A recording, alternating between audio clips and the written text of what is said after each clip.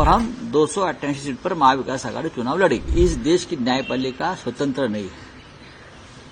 इस देश की न्यायपालिका के ऊपर 10 साल से जो दबाव बना है, वो दबाव के चलते ही आज 3 बजे तक का समय है, उसके पहले सब कुछ हो जाएगा। 288 सीट्स है, 288 सीट है, उसके ऊपर तो उम्मीदवार देने ही पड़ेगा ना। और लगभग सभी सीटों पर अपने अपने लोगों ने उम्मीदवार दिए हैं और हम 288 सीट पर महाविकास आघाड़ी चुनाव लड़ेगी।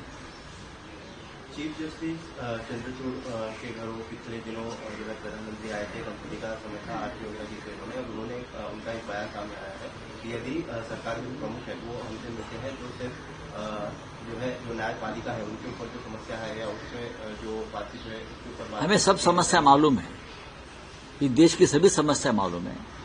सबसे बड़ी समस्या ये है कि इस देश की न्यायपालिका स्वतंत्र नहीं है। इस देश की न्यायपालिका के ऊपर 10 साल से जो दबाव बना है, वो दबाव के चलते ही न्याय व्यवस्था अपना काम कर रही है।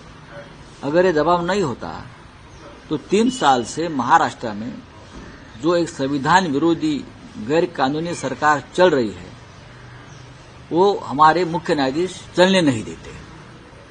जिस तरह से पार्टियों को तोड़कर सरकार बनाई है और उनका डिस्क्वालिफिकेशन होना जरूरी था as per 10th schedule of our constitution, लेकिन हमारे मुख्य न्यायाधीश ने ये बात मानी नहीं, सुनी नहीं। कमेंट्स तो करते रहे बहुत, ये गलत है, वो गलत है, ये गलत है, व्हिप गलत है, विधानसभा अध्यक्ष का निर्णय गलत है, या आप बोलते रहे, लेकिन कहे वो आपके जजमेंट तो हमने देखी तो उसमें नहीं आया है।